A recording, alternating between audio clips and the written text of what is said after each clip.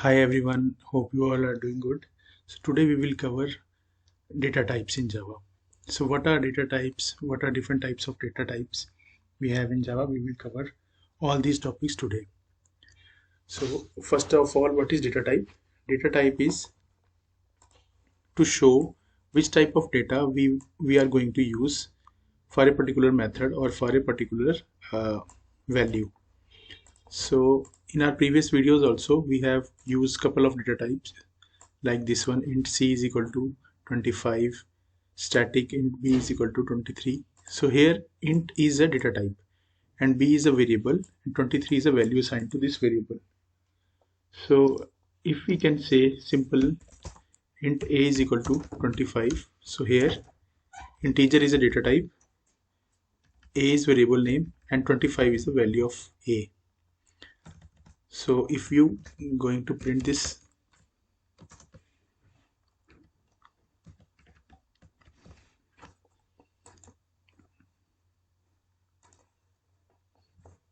then it will show you value of 25. So that means integer is a data type, a is a variable and 25 is value assigned to this particular variable. So variable is a, we have discussed in the last video also. If you have not seen that video, go to my previous video and see different type of variables, what are their scope and how we can use the variables. So in this video we will cover data types, different type of data types. So let's quickly jump to the theoretical part, then we going to show you that practical part. So basically we have two types of data type. One is primitive and the other one is non-primitive. So let me cover this one.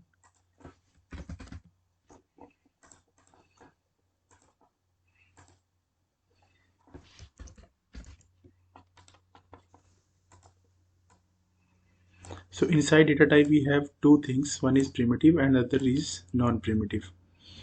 So basically in primitive we cover boolean, character, integer, floats, double. These things we cover in a primitive.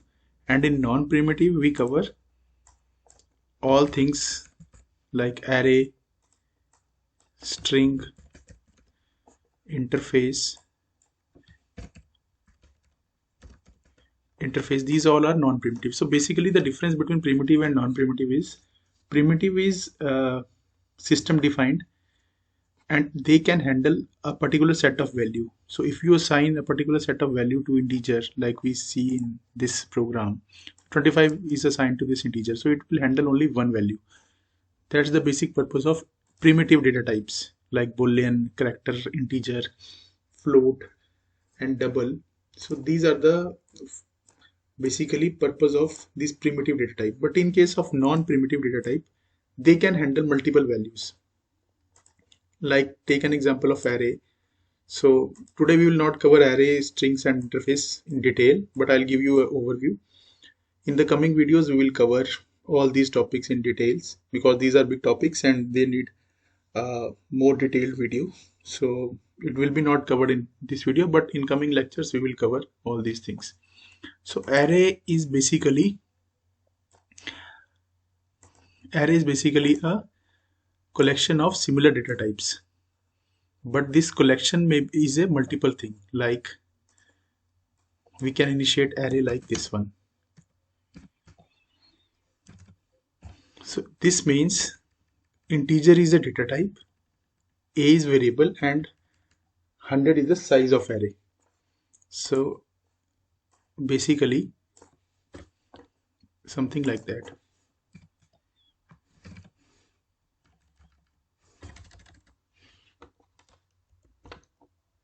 So in something like that we need to declare an array in this fashion. So basically what we in non-primitive there is a collection of data. They can handle multiple data. Same in the case of strings. Strings is something like this, collection of characters. So this is a string. So it's a collection of character.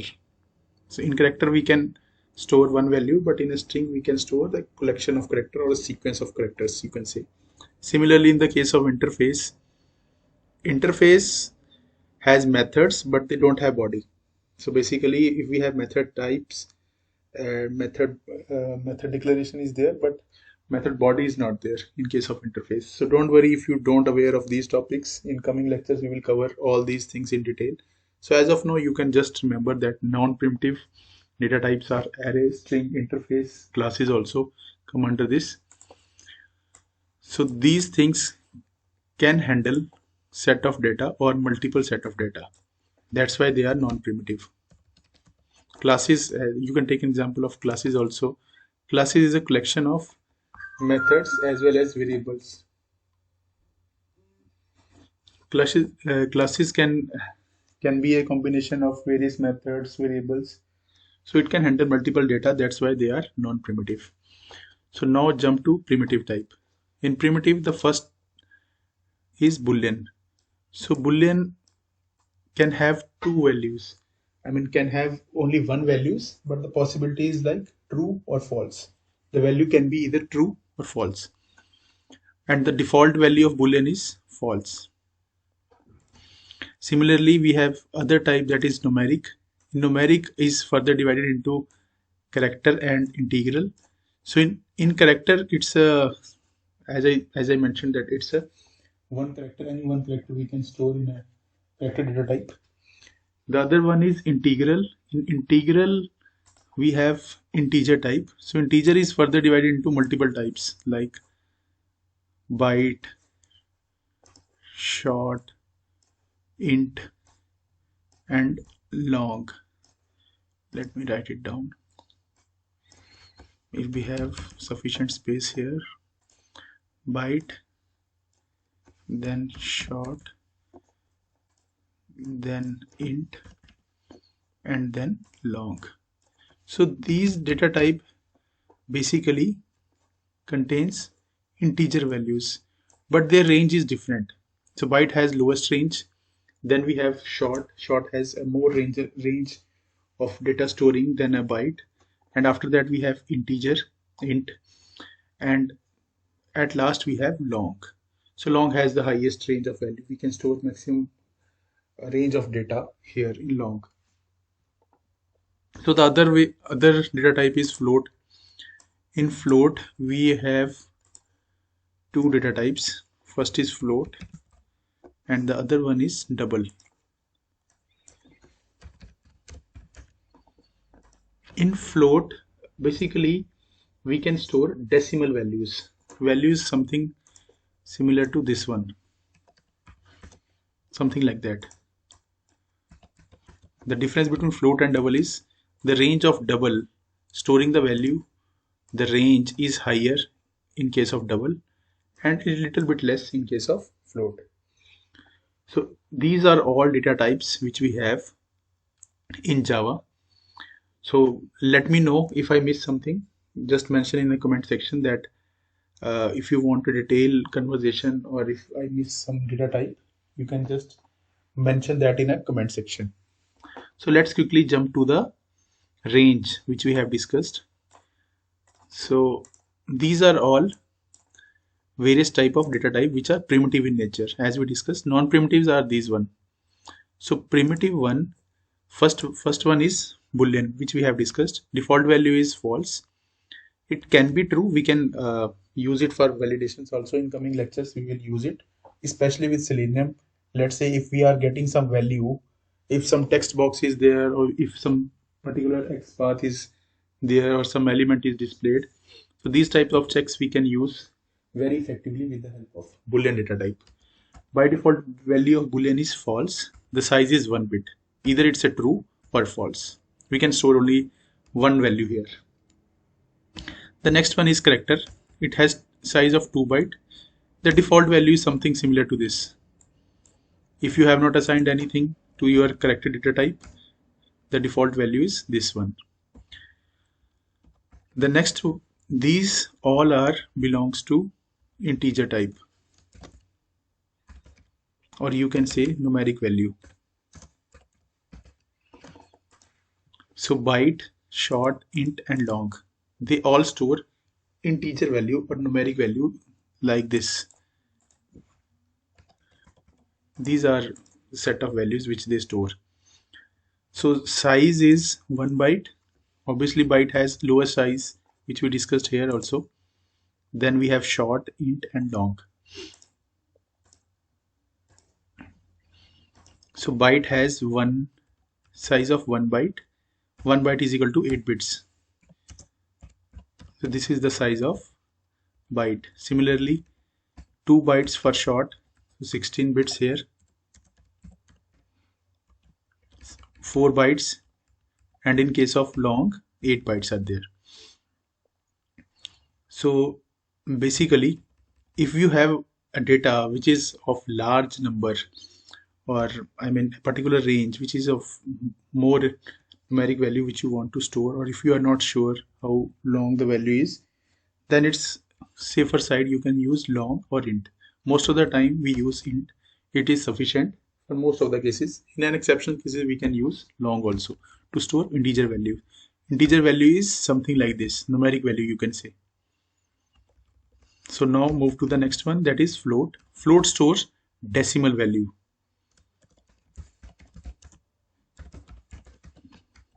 The size is 4 byte and default value is something similar to this 0.0f, and in case of double the size is double, so that's the size is 8 bytes. Value is something like this. If you want to store some value which is something like this, then you need to use float or double.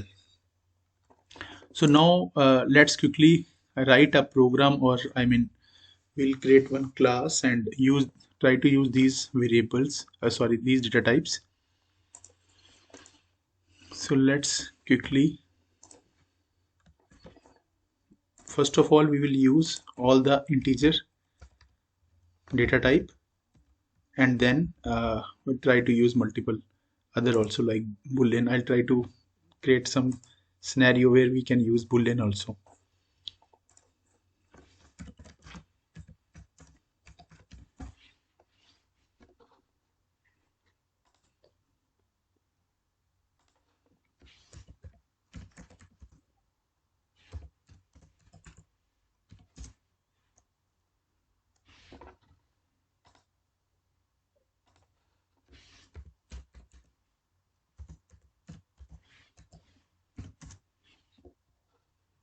The other one is long.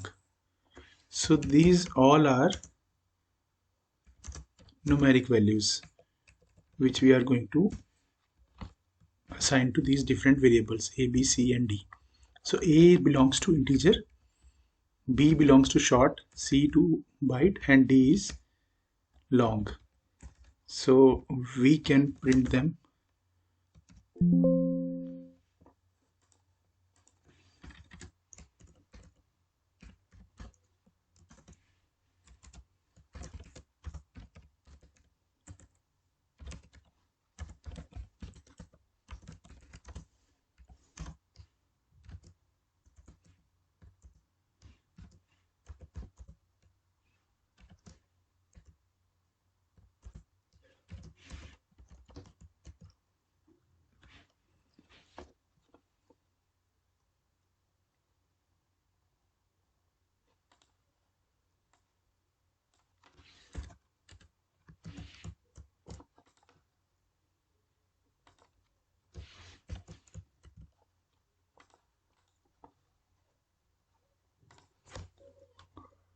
So the integer value is 12. Similarly, you can print other values also like b. So in this way you can initiate data type, different data types, as well as print the values of those data types. So this is a range basically. If you try to add more values here, it will throw you an error. I'll show you in case of which one is the shortest. Byte is the shortest. So in case of byte, we try to save a bigger value. Let's see. It will give you this type of error: add cast to byte, change c to int. So a suggestion from Java is coming that instead of using byte, you can do typecasting. This topic we'll cover later on. We can convert the byte to short or integer, or the other suggestion is change type C to int. So if I this click here, it will change this and the error will count. Still it's showing error, it's out of range. So if we remove the value, still it's out of range for integer also. Let's try for this. Yeah, it worked. So if we use long, the range will increase.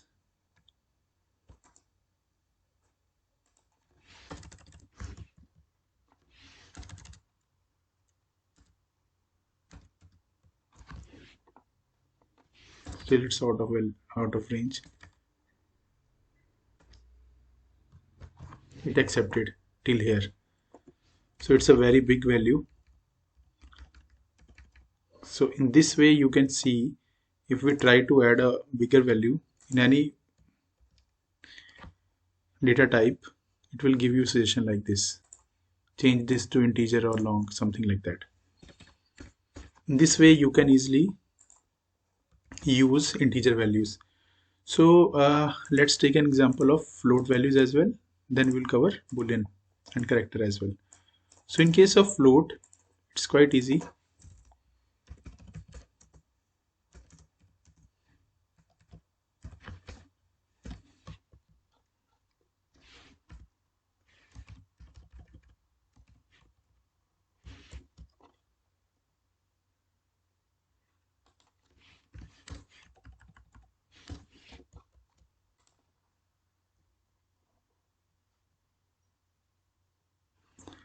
See, it give you this type of suggestion. Change this to double.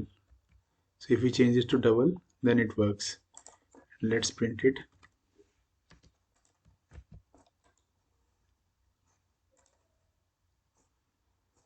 Instead of integer, we can say this is a float value.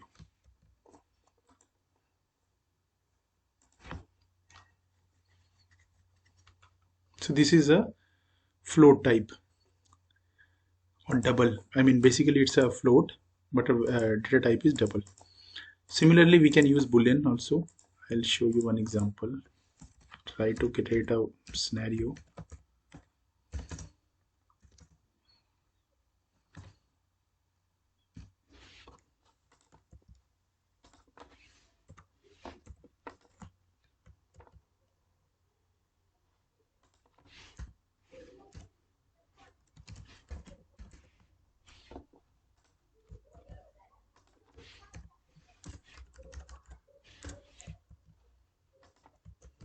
So default value which we discussed for boolean, default value is false. I have assigned this to true.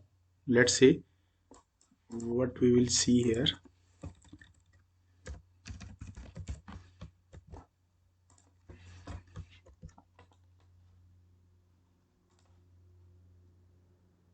The boolean value are true. So basically the default value is false, but if we add some condition or if we assign this value, so we can change this value, but it's either true or false. You cannot assign anything else here. If you try to assign it, it will throw you some error. See, some error is coming. Change this to integer. So you can assign it true or false. Default is false, so we have assigned, change it to true, just for the case of demonstration. You can always place some conditions also, but I'm not going to confuse you here with multiple conditions because we have not discussed if else or any other conditions till now. So it's just a basic demonstration of various data types. Most of the time we will use, or I mean in industry standard we use integer, float and boolean. Rest of the data types we hardly use, or I mean rarely use. In very rare scenario we use. These three are used very commonly. And apart from this, we have covered non-primitive. So I just gave you a basic idea. What are they? Why they are non-primitive? Because they in them we can store multiple or large group of data. But in case of primitive, we can store only a specific set of values. And they are system defined also. Primitive one.